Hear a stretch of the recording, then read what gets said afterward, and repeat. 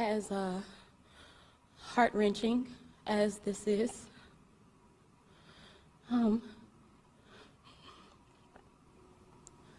the turmoil, you know, that you feel on the inside. To know that my baby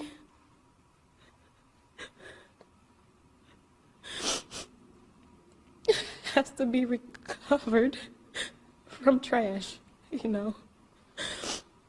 That an attempt has to be made like this. And I'm grateful for those that have fought to get to this point. Those of you, the names that I know and the ones that I don't. Those of you that have been hiding and been in secret, I appreciate you so much.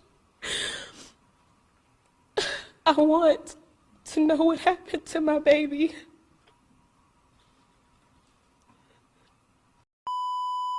Hey guys, so I wanted to do this case on Zion Foster. The story is a lot, okay? It's a lot going on. It doesn't make any sense. So yeah, I'm gonna give you a little rundown. So Zion Foster was 17 years old when she went missing on January 4th from East Point, Michigan. So Zion was picked up by her cousin Jaylin Brazier, who is 23 years old, around 10:45 p.m. to hang out.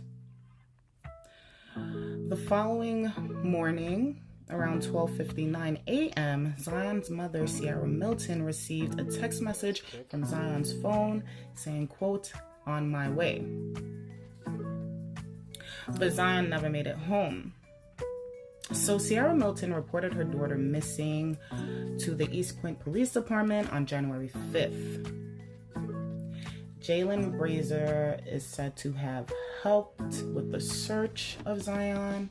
Even though, you know, this was the last person she was with, he wanted to help. Now, January 19 comes, and Brazier decided to turn himself in.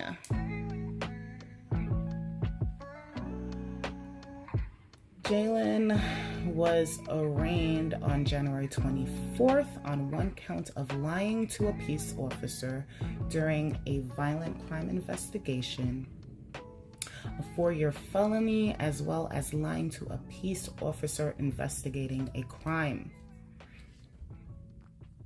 So he was sentenced on March 30th for lying to police, and he is serving 23 months to 4 years. Which is nothing in my opinion, but I digress. So we're gonna get into Brazier's statement.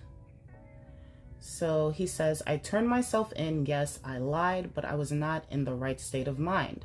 Brazier claims he was terrified and didn't know what to do. "I don't know how she passed or what caused her to pass. I just know 1 minute she was cool, she was fine, she laid back for a minute, and the next thing I know, she was dead." Brazier continues to say, "I don't know what caused it. I did not cause it or anything like that. I reacted stupidly off of fear and panic like I've never felt before in my life." So basically, Brazier is saying that they were smoking marijuana. She had some Mary Jane.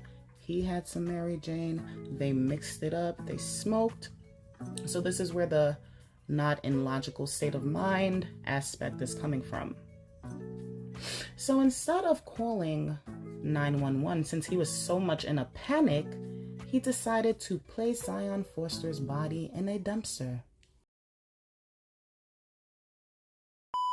People are sitting around and somebody just passes. I mean, did you think about calling 911 or something like that? No, not at the time. We were smoking. We were on marijuana as well. So my mental state wasn't in any like logical spectrum. I was just immediately just terrified. Like that's the only words I can use to describe the moment. Are you telling me that you're stoned, she's stoned, you think she dies, and then you dispose of the body? Just like that? That was your choice? I sat for a minute and I didn't know what to do. I was like, I just did not know what to do. It's like, I mean, the first thing that came to your mind, I'm trying to understand with the limited information I have, that this person passed away in your presence, and your first thought is, well, I gotta get my rid first of the body. thought was how bad it looked to start with. Just like, how do I explain like what happened? I don't know why she died or what it caused her to die. And just a lot of possibility just popped in my head. So Brazier is saying I was reacting off of innate fear. I don't know who in their right mind is supposedly innocent, and instead of calling 911, they place someone's body in a dumpster. We all know where that body went. It went to a landfill. Now, my thing is, this dude confessed to the crime on January 19th. He turned himself in. And it wasn't until May that police decide to search for Zion's body in this landfill. There was no sense of urgency whatsoever. There's a lot of things that don't add up.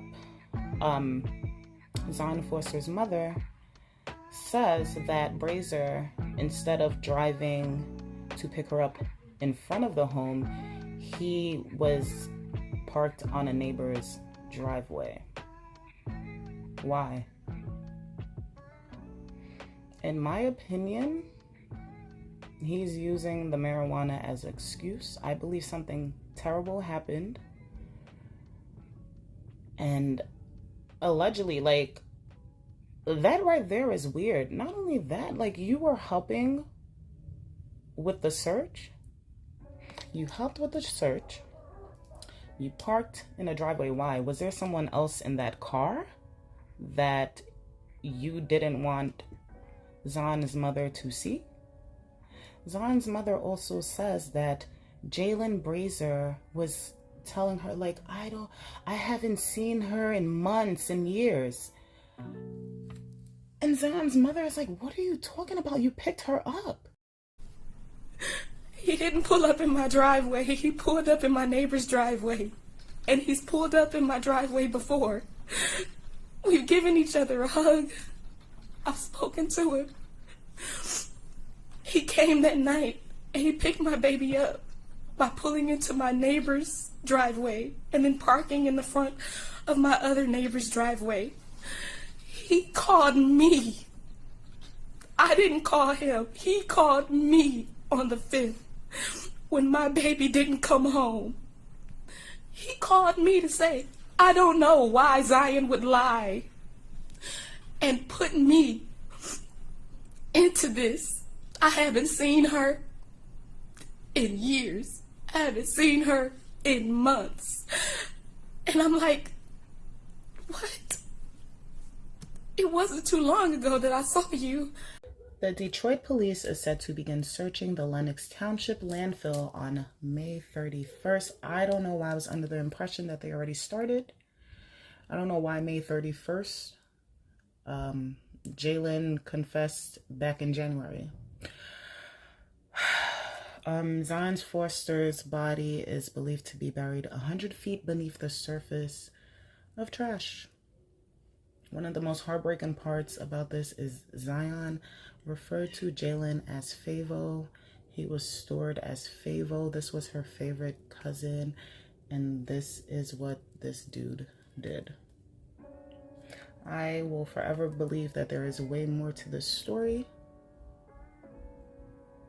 He's guilty on other things that we may not ever know, but he knows. And let me tell you, he will suffer tremendously. He will. So my condolences go out to Zion's mother, her loved ones, her friends, and I'll keep you posted.